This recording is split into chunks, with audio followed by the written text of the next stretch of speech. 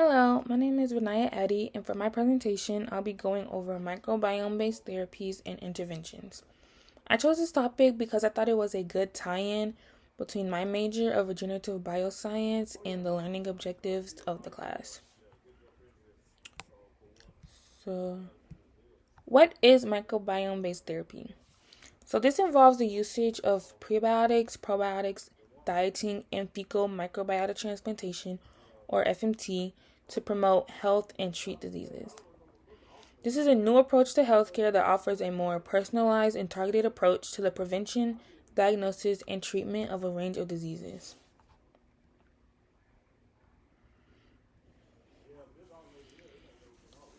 Understanding the gut-brain axis is important before we move on because this bidirectional communication pathway between the GI tract and the central nervous system influences both the physical and mental health.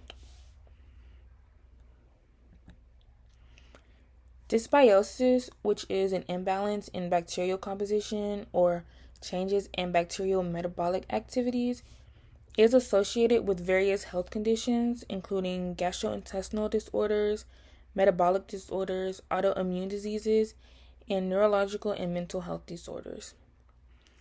Modulating gut microbiota offers promise for the prevention and treatment of disease. With this understanding, there are several diseases associated with dysbiosis that have been shown to improve with different microbiome-based interventions. So I'm going to talk about three of the more common ones. And the first one is irritable bowel syndrome. This is a gastrointestinal disorder characterized by dysfunction in the gut microbiota and alternations in the regulation of bowel function. Dietary changes, probiotic supplementation, and antibiotics have been investigated and found effective in treatment of IBS. However, there's a newer treatment gaining more attention, and this is FMT.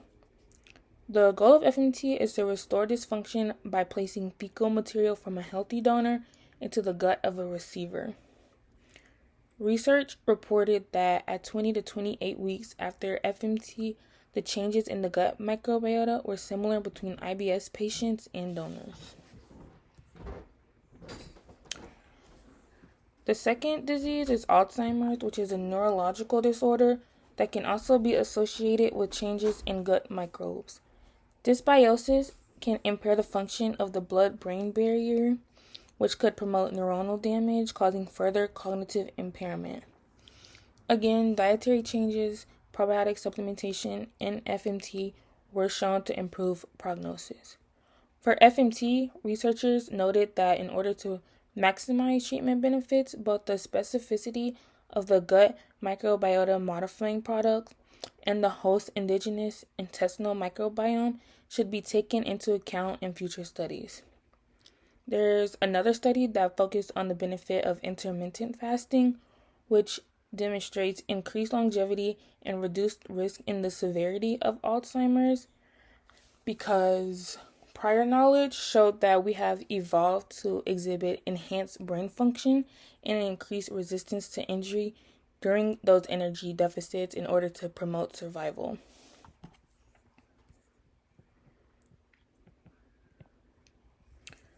Multiple sclerosis is an autoimmune disease involving inflammation and neurodegeneration in the central nervous system. The exact cause is unknown, however, there is evidence showing that dysbiosis can disrupt the balance between pro and anti-inflammatory immune responses. Just like the others, dietary changes, probiotic supplementation, and FMT have been shown to promote prognosis. Research showed that through these therapeutic interventions that modify the gut microbiota so as to favor the development of good microorganisms with anti-inflammatory action, it is possible to consider reducing the onset of clinical relapses of disease in patients suffering from MS.